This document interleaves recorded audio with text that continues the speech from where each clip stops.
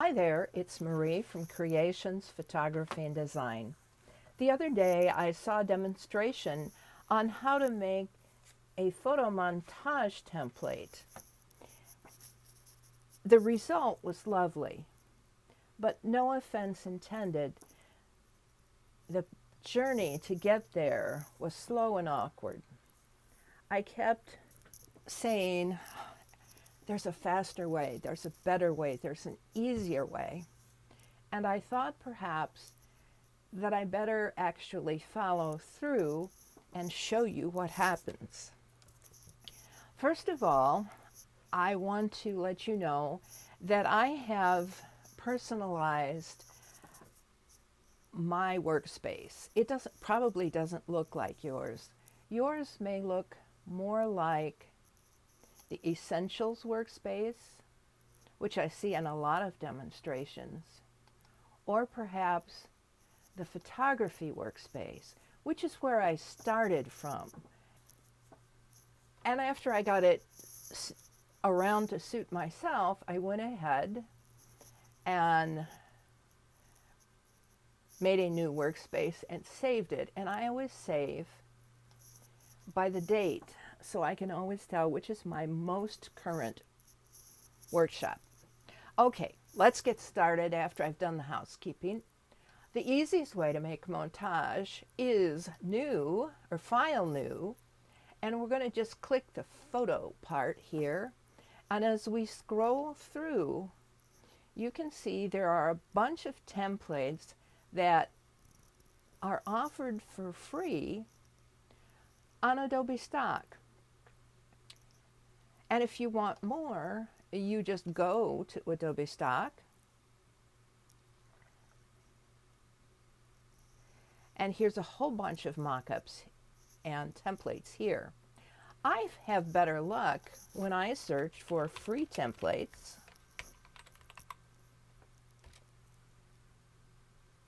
And then I filter, oh, it already is just for Photoshop. It remembered my last search. And then I can go through and see what there is. And you'll notice the free ones all say free. Now we did see this one already in Photoshop, and let's scroll and see. Here's another one, and I have that because I licensed it. Here's another one. It says this is just simple blocks. They're doing business cards, but why couldn't you put photos in those areas? So it's just an idea to expand. So any ways you can look at these by clicking on one and seeing a preview. Now this one looks like it's a way to put a geometric pattern over an image. Not what I'm interested in today. Today I am going to pick this one, which is the Shutter Photo Collage Layouts, and I'm going to open that. And if we look at our layers palette, we can see there's two folders in here, one that's called filters and one that's called collages. The filters just change the color of the template backgrounds. I haven't figured out what that's good for yet, but maybe if your images don't fit the entire background, it would be nice. But for today, what I'm going to focus on are the folder called collages. And we can click through to see what we've got by turning the eyeball icon in and out. And I'm going to do this one because this is the one I practiced on and know which images go where. So I'm going to open that folder, and as we open the folder, we can see it consists of 4 layers, one for each shape. And they're all smart objects. You can see this little icon in the back that they're smart objects. So I'm going to double click on this smart object. I'm going to add this cat right here. These are all from my library, and these are all Adobe Stock images. I am going to put this approximately in the middle, but I want just the blue to show. I don't want any of the room behind him to show. So I'm going to increase the size. And since these come in as smart objects, I can increase the size. I'm going to hold the Alt or Option down and drag from a corner, and it should enlarge itself from the middle. Now, if I want to close this, I could just click on this little X and it would say, do I want to save it? Yes, you do want to save it. But I didn't put it in the template very well. I've only got one eye that shows all the way. So I'm going to double click this, and I'm going to play a little trick that makes it easier for me to get it right the first time. And I'm going to clip this cat layer to the template layer below by Alt or Option clicking on the line between the two layers. Now I can take my Move tool, tap V, and I could move this cat to where I can see most of its face and the cat behind. Now I've got two choices. I could make this bigger and show only the white cat, or I could make it smaller and show more of the gray cat. Let's see, I think I don't want the background to show, so I'll try the white cat right about there. I'm going to go ahead and complete the transformation by clicking the check mark. And then I'm going to save it, Controller Command S, and close it, Controller Command W. So now we have the cat more perfectly or more attractively posed in the middle of that layer. Now I'm going to double click on the next layer, Smart Object. And why this came up under cat, I don't know, but this is the image for Alice in Wonderland, the hookah smoking caterpillar that lived on the mushroom. Well, if I put it this way, I'll cut off his head. So I'm going to right click on this and say, whoops, whatever reason, I'm going to right click on this and say flip horizontal. And it's about in the middle, so I'm going to hold again my Alt or my Option key down and drag to make it big enough to cover up that black. Now remember, I want to see where this caterpillar is before I close it. So I'm going to Alt or Option click on the line between. You also can look under Image, oops, excuse me, that's Layer. And this will say, if you haven't done it, Create Clipping Mask. But I'm all about saving as much time and effort as I can. I work with one hand on the keyboard and the other hand on my mouse. So I'm going to slide him over a little bit so we can actually see all of his pipe. And when I'm done, I'm going to save it and I'm going to close it. Now let's look at the next one. And I'm going to use the green background cat here. And because this cat is so small compared to the template, I know I'm going to run out of room. So I'm going to make this just a little smaller to start with Command or Control minus. And now with my cat about in the center, I can hold my Alt and Option key down and resize it from the center. And again, I want to see exactly where my cat is going to end up. So I'm going to clip this top layer to the bottom layer and then move it around. And if I take advantage of this dent, I can get the cat's face. And I'm going to save it and close it. Whoops, I got it a little too tall. So I'm going to double click again. And then that's the nice thing about smart objects. They're infinitely editable. Even after you've closed, you can come back months later and still edit what you're looking for. Now this last one is a circle. And I can do this one a couple of ways. I'm going to use the Cheshire Cat. And I like the way this cat hangs over the circle. I think that's kind of neat. So I'm going to save that and close it just the way it is. But it doesn't hang over here. And you say, well, why not? Well, look, this one has a layer mask. If I shift click on the layer mask, then the cat will hang over. But it runs into the other cat, so I'll leave the layer mask on, double click this, and make that a little bit smaller so it will fit entirely inside the black circle. And remember to save and close every time. So I think this is kind of interesting. It's nice, it was easy, it was quick. Now, how about making one of your own in case you don't find a template that you like? Well, we'll go back to File, New. And this time I'm going to choose Print because I do want a letter size, and I always do mine at least 300 pixels per inch in case I need to print it. I want this to be landscape, so I am going to create this new layer. And in order to make a nice template, I like to start with guides. But rather than pulling them out individually, I go to View, New Guide, Layout. And there is a bunch of different layouts you can use. I generally leave it set at custom and change it.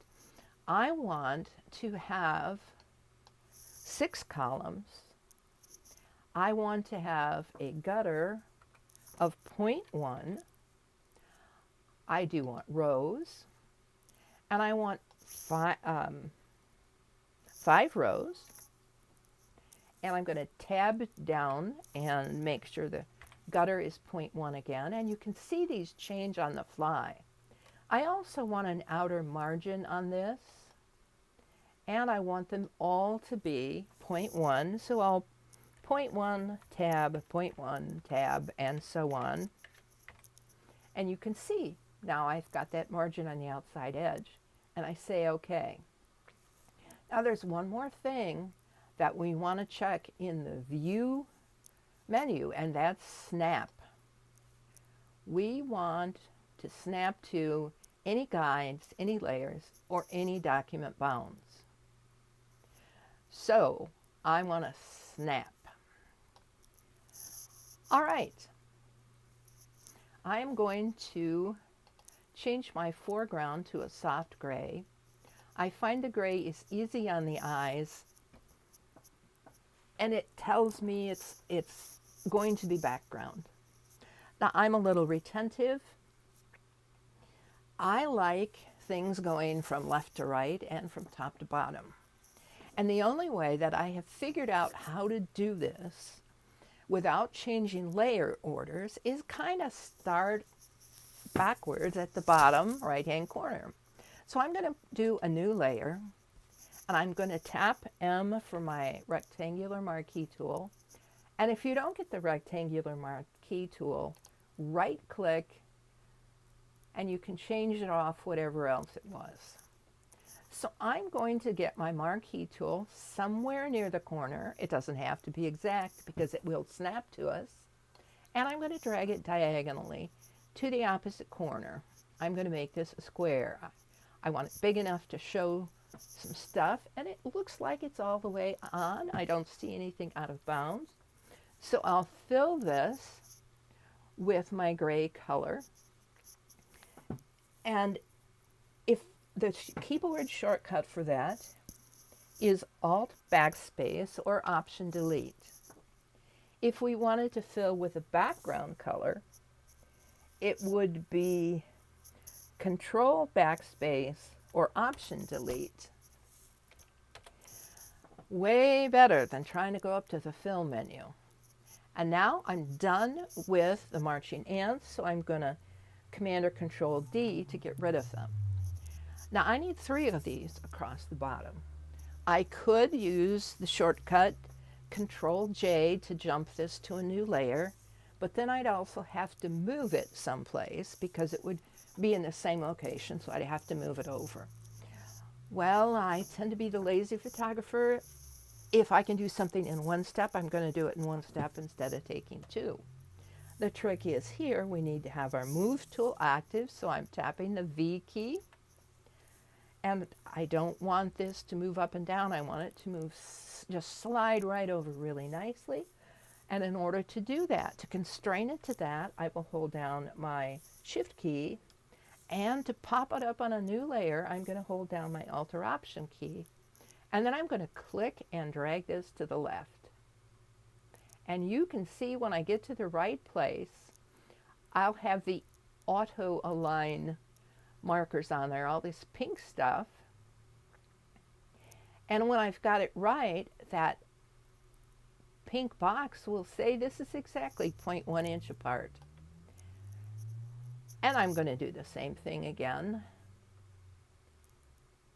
to bring that where it belongs. Wonderful. Now before we get too far, because you may want to use this a month or 6 months or 2 years from now, let's label the layers. This one is the bottom right, and I double clicked to be able to type in it. And now for the next layer, all I have to do is push Tab, and then I can label this, and then Tab again. So now they're all nicely labeled. Well, we'll click back over here on the top layer and add another new layer. And tap M for a marquee tool. And this time I want to have a smaller one. I'm going to fill it. Get rid of those ants. Tap the V for Move tool. And then using my Shift and Alt or Option key, move that over. Oh, I didn't do that so well. Let's undo, undo, undo, undo. This latest version has really good undos, but I haven't figured out, there we go, how to have a really good redo yet. I'm not good at that. Whoops, we can't do anything until we get the Move tool. And you watch as I move this over in my layers palette, you can see each new layer added. Maybe I'm trying too hard on this.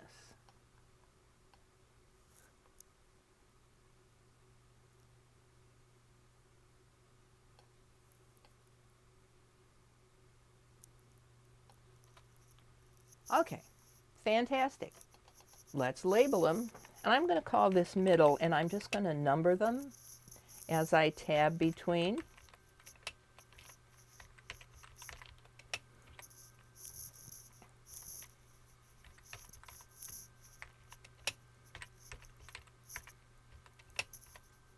Middle, middle, huh?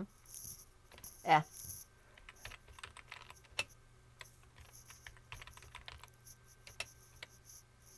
And when I'm done, I always hit Return or Enter. Otherwise, the next time you tap a shortcut key, it'll be part of the name. So back up to the top layer again, add a new layer. Tap M for the marquee tool.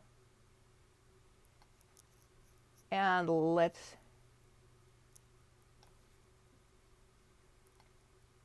my snap, this is what the problem has gone over. My snap is off. Let's redo that. I must have looked at that one too many times. All right, we'll fill it. Get rid of those ants. Tap the V key again. And you do have to go in the direction you want to go. There, oh, this is much better. It's snapping better for me. All right, let's hide those guides. Control or Command H. Well, it doesn't look too bad. There's a couple of places it's a little awkward. But for right now, so you can see the whole thing. Now this is the place where we change these into smart objects because it will be much easier to use and much more flexible. I'm going to right click away from the title of the layer and convert it to a smart object. And I'm going to do that with all 12 objects. And as far as taking time, this probably takes as much time as anything we have done so far. Now I know I'm going through rather quickly, but you can always stop it and catch up.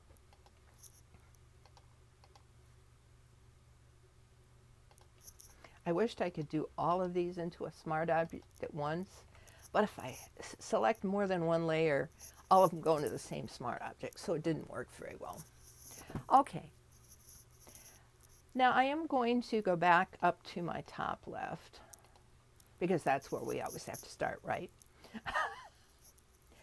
And, whoops, excuse me. I want to zoom in. I'm going to hold the Z key down while I move my mouse towards the lower left, lower right, so I can come in closer. And I'm going to add some effects to this. I'd like to add a stroke and add it to the inside to keep square corners. If you use either outside or center and your stroke gets wide, there'll be round corners. I'm also at this point going to add a drop shadow. I know drop shadows were really out of style for a while, but I'm beginning to see them come back, and I like them. They set things apart a little bit better.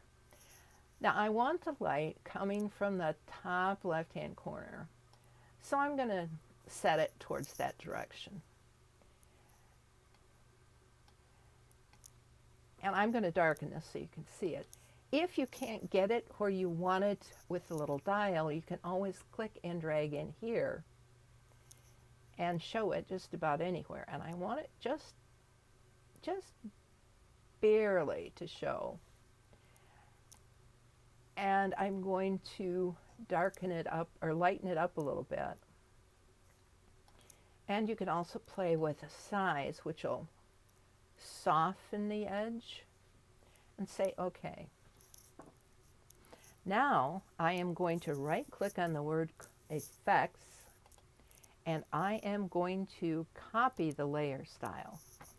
Now I want to put this back to where I can see the whole screen, so I'm going to hit Command or Control 0. I'm going to go to my layers and I'm going to click on that second layer and then shift click on the bottom layer of these little gray squares, and then right click again and say paste the layer style. Now is that quick and easy or what? Now I am, to get more room in my layers panel, I'm going to click this arrow by the FX and it'll close them up. So now it's the time to save as, and I'm going to call this a 12 image photo montage template. And I'm going to save this one to my desktop. You can save it to anywhere you want. I'm going to say save. And now we're ready to start making use of this. Well, let's go right back up to the top. And I'm going to double click on this first layer. And I'm going to throw in this Cheshire Cat. But because he's going to be in the top left-hand corner, I want him facing the other direction. So I am going to right click and say flip horizontal. And he fits in pretty well. I'm going to complete the transformation. And he is on a transparent background. So he must be a ping image. And I don't want the white there. So what I'm going to do is I'm going to make a layer. I'm going to click down on the bottom layer. And then I'm going to go up here to my layer adjustments. And I'm going to do a solid color. And it will bring up your color picker. Well, what I'm going to pick is this dark blue here behind him, and I'm going to say OK. And then I'm going to save and close. Now the next thing I'm going to do, I know you've seen this before, I'm going to get the top right hand and fill it with this caterpillar.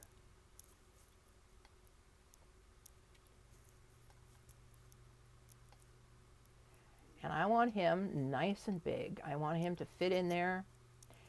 But now what do? I can't see my corner handles anymore. Command or Control 0 will let them show again. So I can pull him out and have him just as big as I need him to be, and then save and close. Now, since we're on a theme, I'm going to pull Alice up and put Alice in the middle. And again, we're going to, I put her about in the middle, and then I want her to expand from that middle equally on all sides. So I'm holding my Alt and Option key down.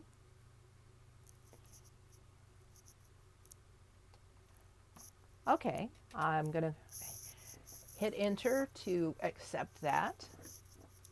And I am going to go down to the gray layer, and then I'm going to add another solid color. And this time I'm going to pick something from her dress. That's a little dark. That's a little light. How about this one? What would she look like with a tan background? Well, I'm going to stick with the blues. And I'll say OK, save and close. Now at this point, I'm going to use this as an inspiration for a project. Excuse me. So I want some of the colors that are in the project to be on what you might call a mood board. So I'm going to grab the eyedropper, and I'm going to pick this light blue of Alice, and I'll go over here. Come on. Well, I just double click this middle. I'm going to add a layer and then fill it with this light blue. Save and close. I need, I think, to sample this middle blue. Go over here, and I could here, if I wanted to, I could do a solid color. And because I had, that's my foreground color, that's the solid color that'll do it. And that saves a step for me. Save and close. And let's get something, let's see, over here from the, maybe this greenish over here.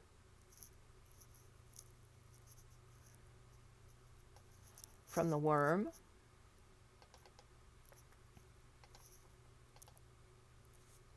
Okay. And I do want the green from the cat.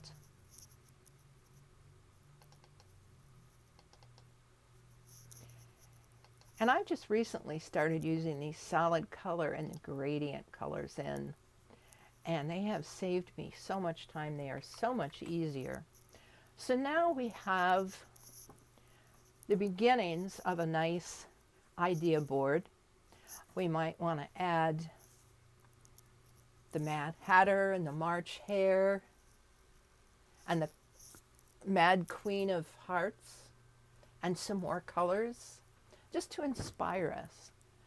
But it does show you that this can be fairly easy to make your own or use a template. Make your own template or use a Photoshop template to put lots of images on the same paper. Thanks so much for listening.